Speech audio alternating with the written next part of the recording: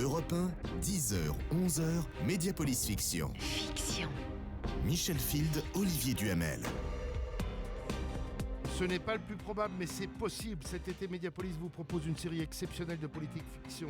Pas le plus probable, mais possible. Imaginer ses avenirs, c'est peut-être distrayant, mais aussi inquiétant. En tout cas, inventer le futur aide aussi à mieux comprendre le présent. Pas le plus probable, mais possible. Quoi qu'il en soit, Vladimir Poutine envahit la Lettonie. Avec Alexandre Adler et Emmanuel Faux d'Europe 1, spécialistes l'un et l'autre des questions internationales en général, et de Vladimir Poutine en particulier.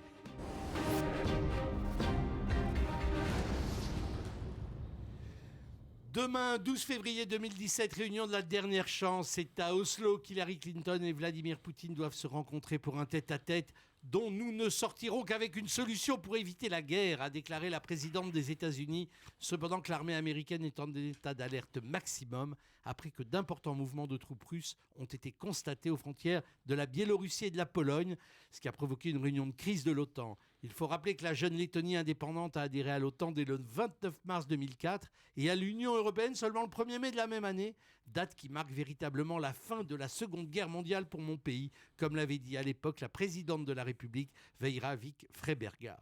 Mediapolis Fiction vous propose donc de revenir sur les événements de ce début 2017, ce mois d'extrême tension dans lequel pointe le risque d'une nouvelle guerre mondiale. Et en effet, c'est depuis un mois que la tension monte en Lettonie.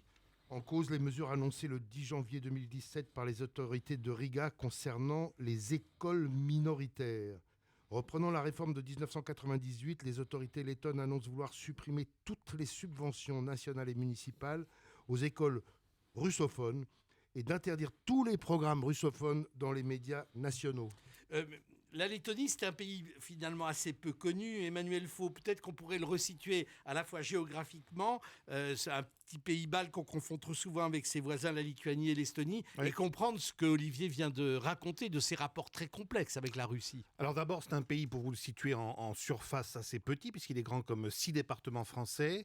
Il est le pays balte du milieu, si je puis dire, avec au nord l'Estonie qui regarde vers le golfe de Finlande, au sud la Lituanie et à ses frontières est, à la fois la Russie et la Biélorussie. C'est un pays qui a acquis son indépendance très tôt au moment de l'éclatement de l'URSS, puisque les pays baltes, vous le savez, ont été les premiers à se déclarer indépendants dès le mois de septembre 91, avant même la création de la fameuse communauté des États indépendants, qui a fait chuter l'URSS et qui a poussé Mikhail Gorbatchev à la démission quelques mois plus tard. Mais alors Alexandre Adler, je pense que si on veut essayer de se mettre du point de vue letton un instant, il faut même remonter plus loin en arrière. Il faut comprendre que pour nous, par exemple, l'ennemi absolu du XXe siècle, c'est le nazisme, c'est l'Allemagne nazie, c'est Hitler. Pour eux, c'est nettement plus compliqué. Ou plus simple. C'est-à-dire qu'en fait, les Lettons, qui n'étaient même pas une province de l'Empire tsariste, puisqu'ils étaient partagés entre deux provinces, elles toutes entières dirigées par la noblesse allemande, qui à l'époque était ralliée au régime tsariste depuis Pierre le Grand, avaient toutes les peines du monde à exister comme nation.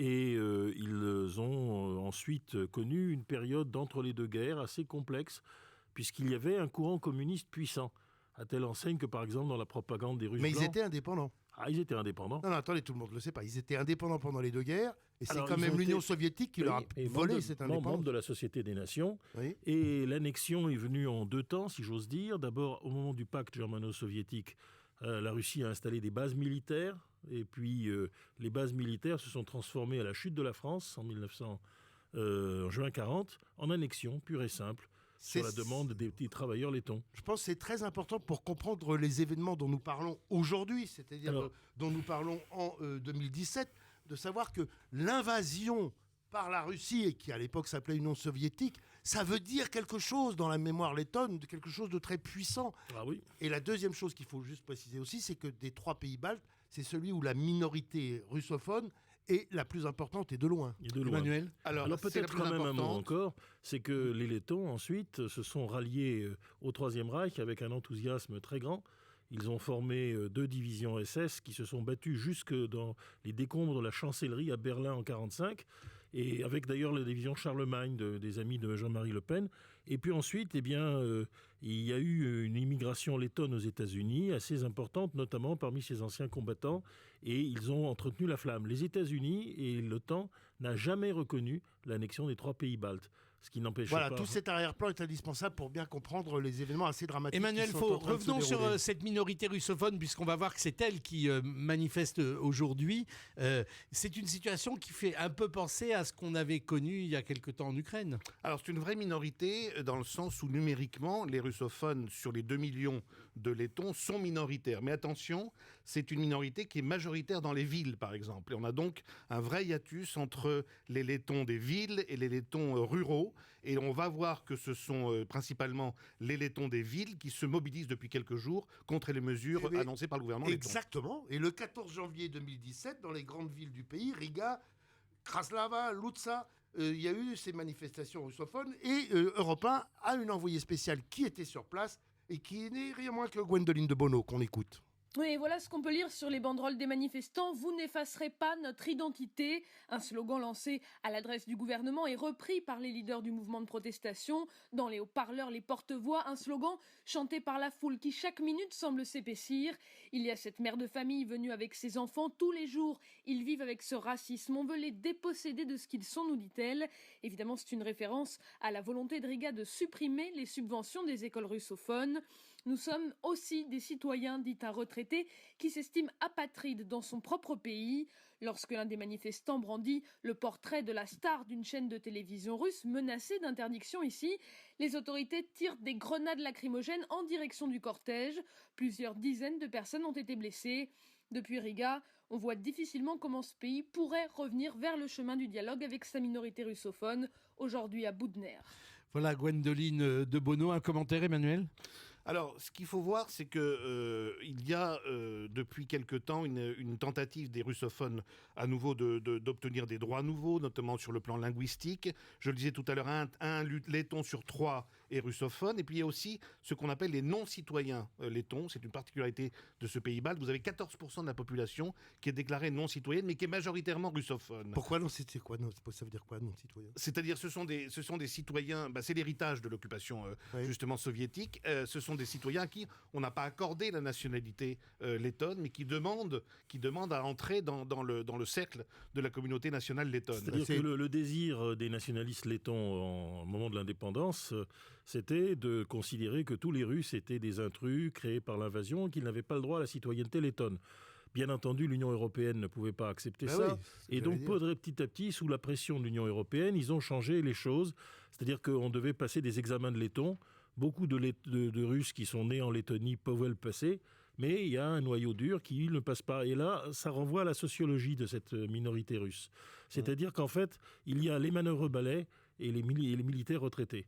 C'est-à-dire que d'abord, quand la Lettonie, qui était un fleuron industriel de l'Union soviétique, a commencé à se développer, beaucoup de pauvres Russes sont venus s'employer dans les usines en Lettonie et ils n'avaient pas du tout les postes responsabilités, donc ils étaient un peu les prolos, et les prolos qui ne parlaient pas le russe. Eh bien, pas autre chose. Et les autres, ce sont tous les militaires qu'on a encouragés à aller à la retraite avec des appartements protégés pour augmenter la population russe, et ceux-là, ils sont plutôt instruits. Donc c'est une minorité hétérogène avec des fonctionnements hétérogènes. Avec des partis d'ailleurs souvent divisés qui ont fait une unité conjoncturelle pour réclamer la démission du président. Et puis quand les militaires à la retraite deviennent des manifestants et des protestataires, eh bien on peut dire que ça chauffe de plus en plus. Et ça s'est traduit par le fait que maintenant on est passé ce 18 janvier 2017 à l'appel à la grève générale. À la Chambre des députés, il y a eu l'alliance que vous dites, Michel. Mais une heure après le vote, qu'est-ce qu'a fait le président? Oui, le président Andris Bersin, appliquant la Constitution, a appelé un référendum visant à la dissolution de l'Assemblée. Aussitôt, les russophones ont exigé sa démission en dénonçant une forfaiture et en brandissant l'argument qu'il en était à la dernière année de son mandat et qu'il ne pouvait plus se présenter. Puissante manifestation russophone, violente répression de ces manifestations durant toutes les dernières semaines de janvier 2017. Écoutez le commentaire qu'en fait le réalisateur Raphaël Glucksmann. L'adversaire de Poutine dans cette histoire, c'est l'Europe. C'est en fait l'idée de démocratie et de paix en Europe qui nous réunit. Son ennemi, il le dit, il faut le lire, son ennemi, c'est la société postmoderne européenne, les mélanges dans lesquels nous évoluons, et qu'il conçoit lui comme un danger. Alors, cette déclaration, en quelque sorte, Raphaël Glucksmann montre que à l'arrière-plan, on risque de monter vers un affrontement entre la Russie et l'Union européenne. Moi, je ne crois pas du tout que Poutine ait pour adversaire l'Europe ou même la démocratie à l'européenne. Souvenez-vous de la guerre en Tchétchénie, les deux guerres en Tchétchénie, 1996 et 2000.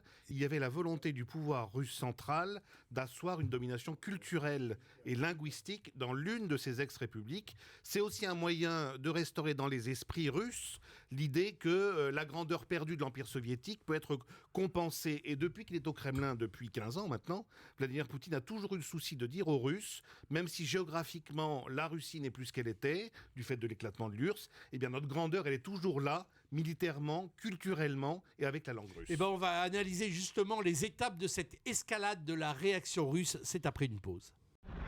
Europe 1, 10h, 11h, Mediapolis Fiction. Michel Field, Olivier Duhamel. Dans ce Mediapolis Fiction, c'est Poutine qui envahit la Lettonie. Nous sommes en compagnie d'Alexandre Adler et d'Emmanuel Faux. Prudentes dans les premiers jours de tension, les autorités du Kremlin ont changé d'attitude après la répression des premières manifestations. Le 20 janvier 2017, la flotte russe s'approche du port de Ventspils et de son terminal, Ventspils Nafta. La marine lettonne est aussitôt mise en alerte et les autorités ont demandé une réunion urgente de l'OTAN. Il faut rappeler que longtemps voie naturelle d'évacuation des hydrocarbures russes, le port avait été boycotté par la Russie dès 2003 lors de la privatisation de Nafta. Emmanuel Faux, ça veut dire que les rapports entre la Russie et la Lettonie sont des rapports qui alternent des moments de relative détente et de tension. Bien entendu, c'est toujours comme ça que la diplomatie russe agit, avec des moments de menaces militaires, puis après de retour à un dialogue plus politique qui rappelle le passé. On est dans cette tension-là et Moscou, le Kremlin, veut rappeler que la Lettonie a fait partie du giron de l'Union soviétique il y a encore 25 ans. Cela dit, dès Yeltsin, le gouvernement russe avait déclaré qu'il avait la responsabilité des droits fondamentaux de toutes les minorités russes. Et il avait encouragé beaucoup d'entre eux à prendre également le passeport russe. Et bien là, il les encourage plus que ça, puisque des milices russes informelles semblent s'être formées et rejoignent le territoire letton. Walid Berissou, l'envoyé spécial à Balvi pour Europe 1, a même rencontré ces Russes. Écoutez-le. Ils ne s'en cachent pas, sur leurs uniformes, ils portent l'écusson aux couleurs du drapeau russe et dans leur QG, caché dans un immeuble anonyme, il y a un portrait très officiel de Vladimir Poutine. Pourtant, ils disent être venus ici d'eux-mêmes, avec une facilité déconcertante pour franchir la frontière. Oleg arrive du fin fond de la Sibérie, à 3000 km de là. J'ai des amis qui étaient déjà ici, ils m'ont dit qu'ils avaient besoin d'aide. Alors j'ai pris un train et voilà, je suis là. Je suis venu comme volontaire. En bref, je suis là pour défendre les intérêts du peuple slave. On a créé ce détachement petit à petit, nous-mêmes. Une personne en rejoint une autre et ainsi de suite. Nous sommes tous des réservistes. On a fait la guerre en Afghanistan, en Tchétchénie. Disons qu'on a une certaine expérience militaire. Donc des volontaires qui ont une bonne expérience du front, ça ressemble quand même beaucoup à des soldats. En plus, les Russes ont décidé de frapper à la caisse. Le 24 janvier 2017, en vérité en 48 heures, les autorités monétaires lettonnes ont constaté d'importants mouvements de retrait des dépôts russes. Or, ces dépôts représentent la moitié de l'ensemble des dépôts bancaires dans le pays, comme nous l'explique Axel de Tarlet. Oui, toutes les banques sont fermées depuis lundi matin et les rares distributeurs de billets qui fonctionnent encore sont pris d'assaut. On s'interroge bien évidemment sur la solvabilité des banques lettonnes après la décision surprise de Moscou de rapatrier tous ses avoirs placés à Riga. Du coup, pour éviter une panique bancaire, ce qu'on appelle un bank run, les autorités de Riga ont décidé de fermer jusqu'à nouvel ordre toutes les banques du pays. Et cette décision s'accompagne d'un contrôle d'échange aux frontières pour éviter la fuite des capitaux, ce qui techniquement met à mal le principe de libre circulation des capitaux en Europe. Alors, par contagion, les banques suédoises, allemandes et dans une moindre mesure françaises sont évidemment sonnées par cette crise bancaire en Lettonie. Ce matin, à la Bourse de Paris, la Société Générale, qui est par ailleurs très présente en Russie, s'est effondrée de 11% à l'ouverture de la bourse. Mais cette affaire montre aussi et surtout la fragilité de l'euro et du projet européen. Car contrairement à ce qu'on dit, l'euro n'est pas une monnaie unique. Aujourd'hui, en tous les cas, un euro à Riga n'avait pas la même valeur qu'un euro à Berlin ou à Paris. Alors la question qui se pose, Emmanuel Faux, quelle est l'efficacité de ces sanctions économiques ? On pense là encore au précédent ukrainien. Oui, et dans le cas de l'Ukraine, vous vous souvenez qu'il y a eu un effet retard des sanctions sur l'économie russe. Donc en général, dans ce mécanisme-là, on l'a vu aussi dans d'autres exemples comme l'Irak, c'est la population qui finit par être frappée, mais avec encore un décalage. Et étant donné les partenaires commerciaux et la situation de la Lettonie par rapport au bloc russe, il est évident qu'il y a un moment où la Lettonie va devoir se tourner de nouveau vers la Russie pour compenser les difficultés qu'elle connaît actuellement, économiques et financières. Et donc il est probable que les sanctions ne porteront pas leurs fruits dans la crise que nous connaissons aujourd'hui. En attendant, c'est pas du côté de la Russie que se tourne la Lettonie, mais c'est du côté de l'Union européenne, et le gouvernement letton vient de demander une réunion en urgence d'un Conseil européen des chefs d'État et de gouvernement. L'Allemagne et l'Italie s'y opposent et n'acceptent qu'une réunion des ministres des Finances. Alexandre Adler, l'Europe se débine, se déchire, se divise, hésite. L'Europe manifeste finalement l'existence d'intérêts nationaux différents. Les Allemands ont beaucoup de sympathie pour les Lettons depuis toujours, mais en même temps, leurs intérêts en Russie sont énormes.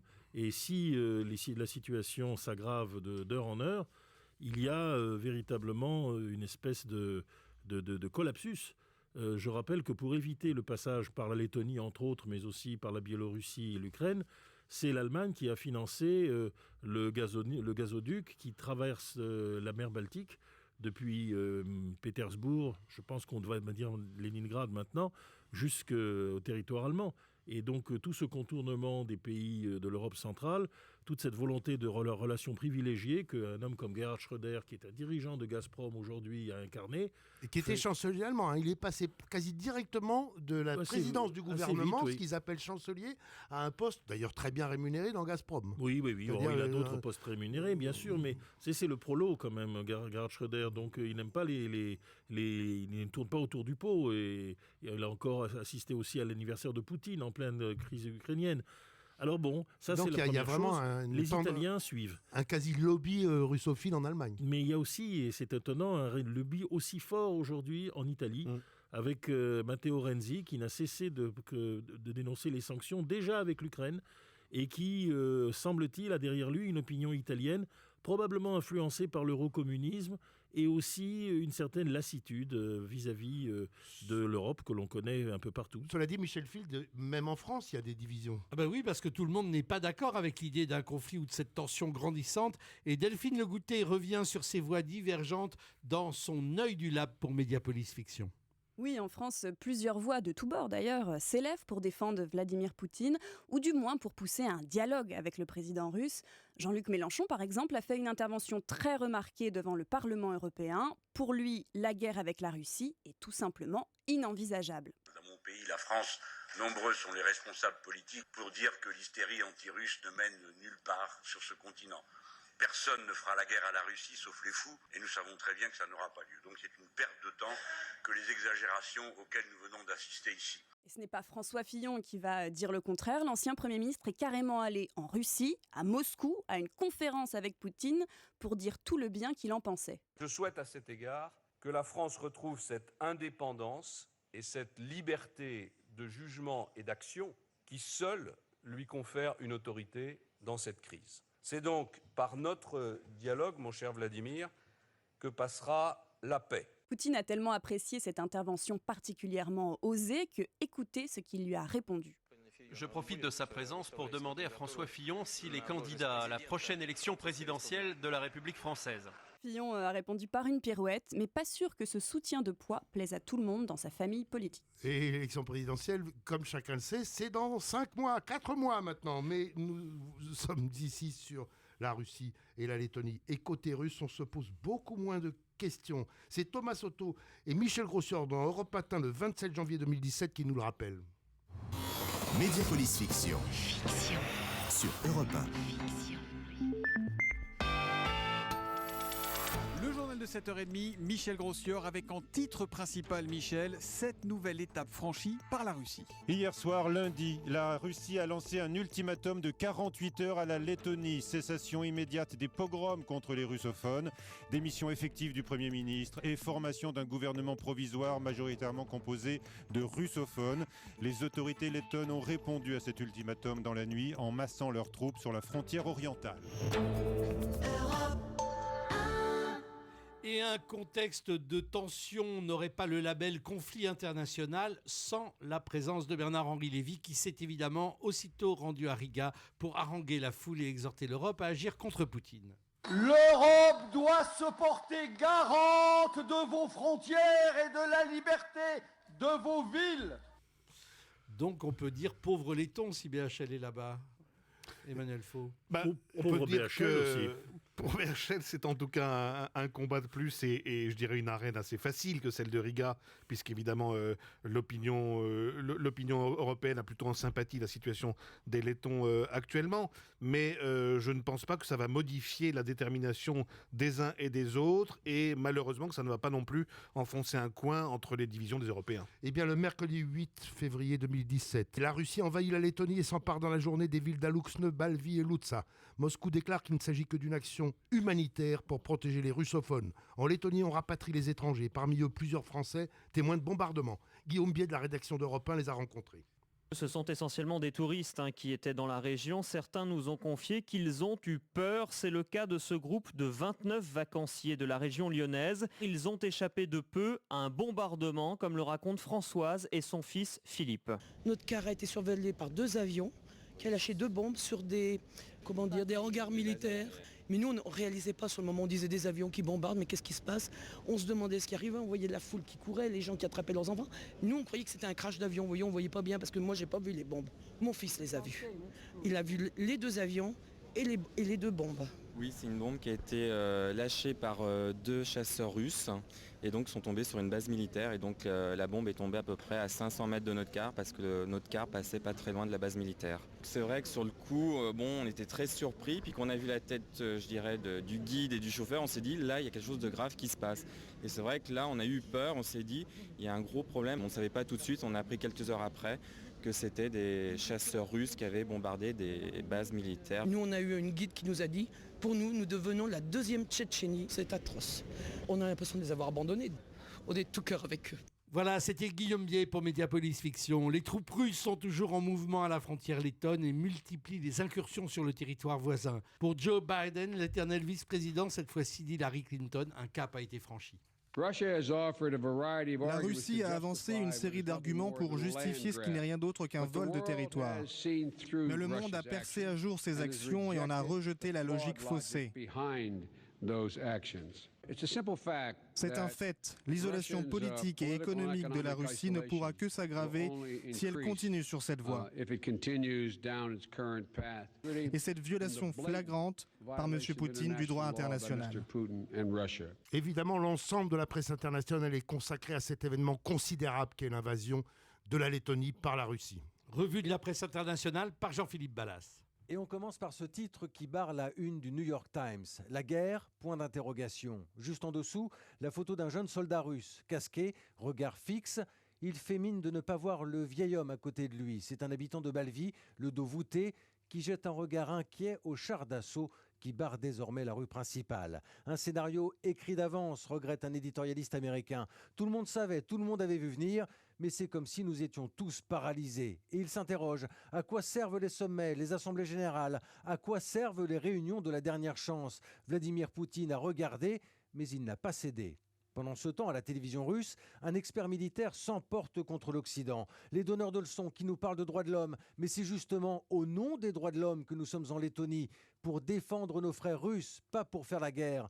Nous n'avons pas besoin de la bénédiction des Américains. Et nous, au milieu de tout ça, mais nous sommes spectateurs, estime de son côté le quotidien El País. Une place d'ordinaire confortable, mais compliquée pour nous autres Européens. Alors oui, écrit le quotidien espagnol, nos choix sont limités, ils sont risqués, mais il est de notre devoir de garder la parole, de rester dans l'action, de regarder Poutine dans les yeux, qu'il sache que malgré tout, il n'est pas seul maître à bord.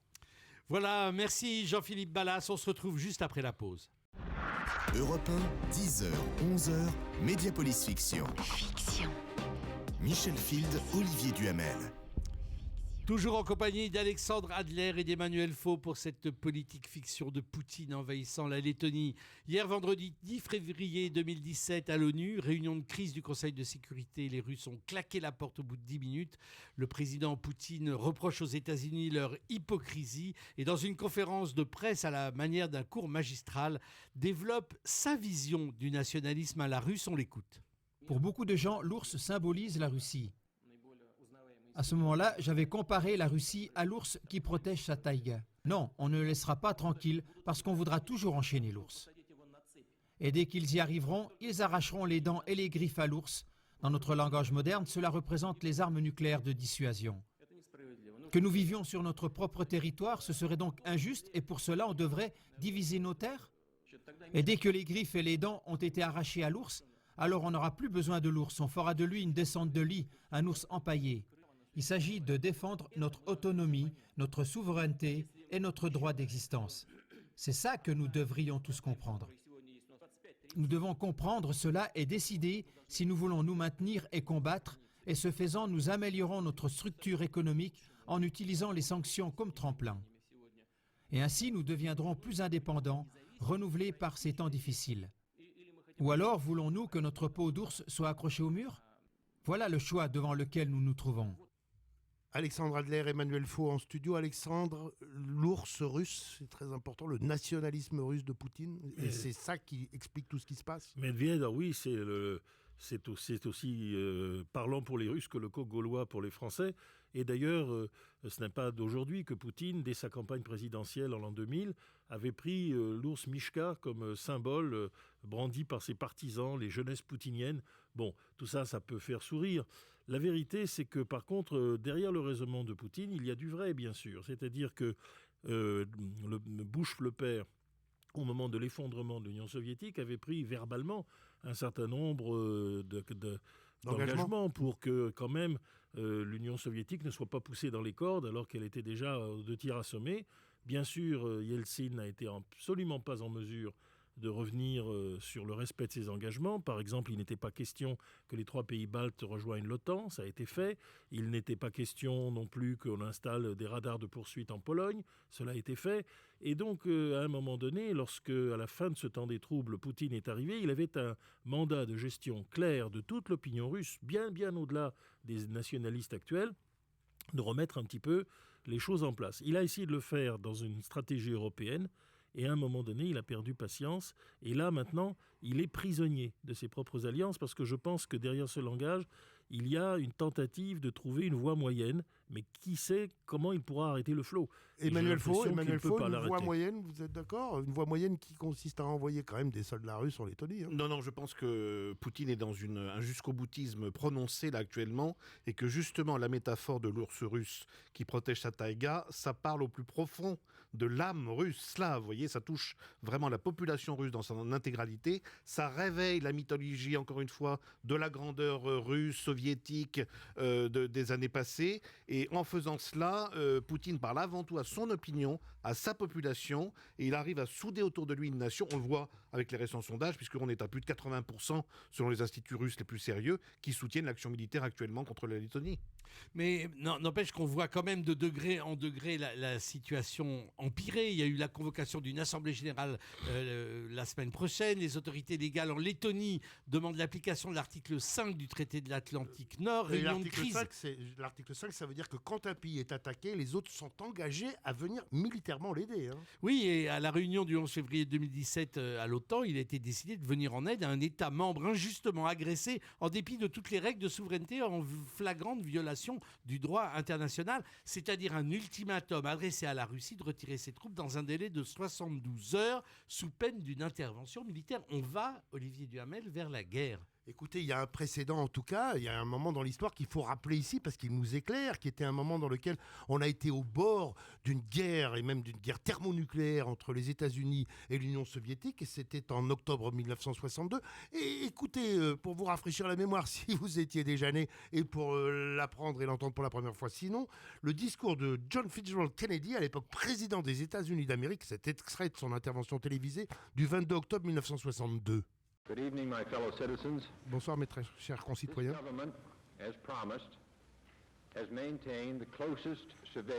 Ce gouvernement a promis de maintenir une surveillance rapprochée des équipements militaires soviétiques situés sur l'île de Cuba.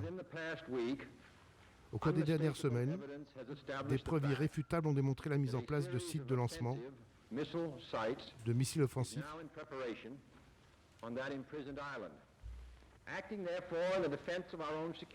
Agissant pour la défense et la sécurité des États-Unis et de tout le monde occidental, et par l'autorité qui m'a été conférée par la Constitution, j'ai décidé que les mesures suivantes prendraient effet immédiatement.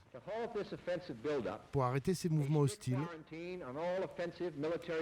un blocus strict sur les équipements militaires livrés à Cuba a été mis en place. J'en appelle au dirigeant Khrouchtchev et demande la cessation immédiate de ces mouvements clandestins qui sont une provocation et une menace à la paix mondiale, ainsi qu'à une relation stable entre nos deux nations. Voilà, Kennedy le 22 octobre 1962. Est-ce que ça fait écho à l'annonce par Hillary Clinton d'une réunion de la dernière chance avec Vladimir Poutine dimanche? Emmanuel Faux, il y a un parallèle entre les deux situations?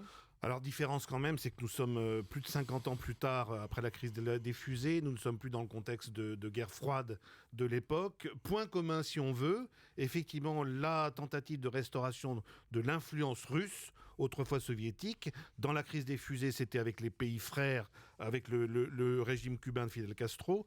Aujourd'hui, c'est un autre enjeu pour Vladimir Poutine. C'est de nouveau de recréer une force et une puissance russe aux portes de l'Europe, et notamment en arrivant des pays qui sont entrés dans l'OTAN, comme la Lettonie, parce qu'évidemment, autant je ne pense pas, comme disait tout à l'heure Glucksmann, que l'Europe soit l'adversaire déclaré de Poutine, autant je pense qu'effectivement, l'OTAN est un peu le diable pour le chef du Kremlin. Alexandre Adler. Ce qui fait un peu frissonner, c'est bien sûr la guerre accidentelle qu'on a risquée à Cuba à ce moment-là, on le sait maintenant avec plein de détails, mais c'est aussi des déclarations comme cet imbécile extraordinaire Andronik Migranian, un colonel du KGB qui avait participé au putsch contre Gorbatchev et qui, dans un article récent, a dit « Mais finalement, l'attitude de Hitler en Tchécoslovaquie, c'est pas du tout le principe que nous mettons en cause, parce qu'il avait raison, il y avait des minorités allemandes. Le problème, c'était... Quand on lit ce genre de prose, de soi-disant partisans de Poutine, qui sont le pavé de l'ours, si j'ose dire, alors là, eh bien, on frissonne, bien sûr. » Et voilà, pendant que cette menace de guerre grandit, le mouvement pacifiste s'organise un peu partout dans le monde. C'est l'objet de notre dernière partie de Politique Fiction. Europe 1, 10h, 11h, Mediapolis Fiction. Michel Field, Olivier Duhamel. Depuis l'invasion de la Lettonie par la Russie, l'opinion publique internationale et en tout cas occidentale se mobilise. D'énormes manifestations pacifistes sont annoncées cet après-midi 12 février 2017 à Berlin, Rome, Madrid, Paris, Londres et Washington, à l'appel des gauches, des écologistes, du pape et de différentes autorités des autres religions qui ont constitué un front dénommé No War, pas de guerre. En France, le rassemblement est inédit, comme nous le précise Anne-Laure Jumet pour Mediapolis. Oui, le rassemblement a été sans précédent à Paris. Entre 1 200 000 et 1 600 000 personnes ont défilé. Le ministère de l'Intérieur a fini par donner une estimation en début de soirée. Dans un premier temps, il avait indiqué qu'il y avait tellement de monde dans les rues qu'on ne pouvait donner de chiffres officiels. Une marée humaine, par exemple à Lyon, avec 300 000 personnes rassemblées. Ils étaient 140 000 à Bordeaux, 115 000 à Rennes. À Grenoble, 110 000 personnes ont défilé, 60 000 à Marseille ou plus de 40 000 à Lille et Strasbourg.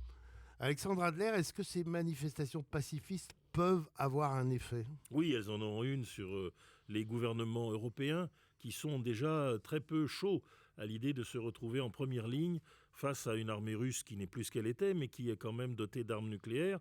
Et donc, je pense que cette fois-ci, Poutine est en train de gagner là où Andropov avait perdu. Puisqu'Andropov avait tout misé sur les manifestations pacifistes en Allemagne au moment de l'installation des euromissiles.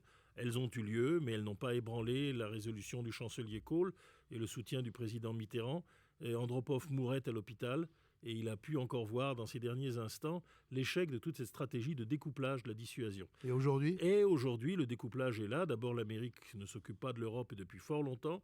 C'est le legs de la présidence Obama. L'Amérique est aussi peu enthousiaste à l'idée de venir au secours de ses alliés que ne le sont les principaux Européens. Poutine a donc gagné, mais j'ai l'impression qu'il a gagné comme à Eylau, c'est pas si loin. C'est-à-dire que de cette boucherie politique pour l'instant, naîtra un sentiment de défiance à l'égard de la Russie qu'il mettra très longtemps à payer. Mais sur le moment, oui, il est en train de gagner. Emmanuel Faux, Hillary Clinton, elle a longtemps été secrétaire d'État, c'est-à-dire ministre des Affaires étrangères d'Obama, dans cette phase de repli qu'évoquait Alexandre Adler. Elle est maintenant présidente des États-Unis d'Amérique, depuis d'ailleurs très très peu de temps. Est-ce que, en effet, la conjugaison de la pression pacifiste et de la prudence américaine peuvent servir Poutine finalement? Je crois qu'Alexandre aura une influence sur les États européens surtout, qui sont géographiquement et territorialement très concernés par ce qui se passe en ce moment en Lettonie, dans une moindre mesure vis-à-vis des États-Unis, mais qui effectivement ne veulent à mon avis pas jouer la partie militaire qui éventuellement menace le monde. En revanche, je pense que vis-à-vis de la Russie et de Vladimir Poutine, cela ne changera rien. Au mieux, Vladimir Poutine essaiera de repérer les pays dans lesquels il y a des faiblesses dans la mobilisation pacifiste pour en jouer et pour davantage pousser son avantage. Et alors, on retrouve là des alliés finalement sempiternels et paradoxaux de Vladimir Poutine. C'est l'extrême droite qui, notamment en France, refuse de condamner l'invasion de la Lettonie. On écoute Jean-Marie Le Pen. Pratiquement, Poutine a fait relativement un sans faute, alors que ses adversaires, les Américains, l'Union européenne, se sont trompés à peu près dans tous les domaines, politiques, historiques, morales, et la position de Poutine est à mon avis inattaquable. Alors ça, c'est finalement, une tendance qu'on a vu se renforcer, cette fascination d'extrême droite pour Poutine. On sait, Vladimir Poutine fait de la politique, il joue des rapports de force qu'il y a dans les pays qui lui lancent des défis. Alors en France, il le fait avec une frange de la droite du parti des Républicains, avec François Fillon, Thierry Mariani, quelques-uns comme ça.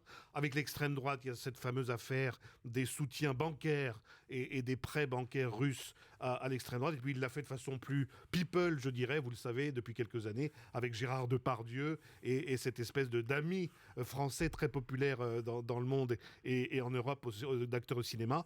Donc voilà, c'est de la politique. Espérons qu'ils ne disent pas que le goulag est un point de détail, parce que ça va encore faire des problèmes avec Marine Le Pen. Cela dit, aujourd'hui, nous sommes le 12 février 2017. Comme nous l'a dit en début d'émission Michel Field, c'est la réunion de la dernière chance à Oslo entre Hillary Clinton et Vladimir Poutine. Donc il y a 3 scénarios possibles. Premier scénario, Poutine recule et retire ses troupes. Deuxième scénario, l'Occident recule et Poutine reconstitue un peu de l'Empire russe. Et troisième scénario, le conflit dégénère vers la guerre mondiale. De ces 3 scénarios, quel est celui qui vous semble le plus plausible? Vous avez 1 minute chacun. Alexandre Adler. Le plus plausible, c'est que Poutine va obtenir en apparence ce qu'il veut. On va arrêter les choses, il va prendre des mesures cosmétiques, se contenter de l'occupation de 3 villes et accepter de les évacuer après des élections générales et l'adoption de la citoyenneté pour tous les russophones. Et puis par la suite, il y aura les conséquences énormes. L'absence totale de confiance dans l'économie russe, l'absence totale de confiance dans le système politique russe, le repli dont il n'est absolument pas évident qu'il s'en sorte, et par ailleurs le mécontentement de l'extrême droite qui existe, de la droite nationaliste qui pense qu'il avait gagné et qu'il a renoncé à gagner. Donc Poutine est perdant sur les 2 tableaux, comme Khrouchtchev à la fin de Cuba. Mais les autres scénarios ne me semblent invraisemblables, ni la guerre mondiale, ni la reculade complète. Emmanuel.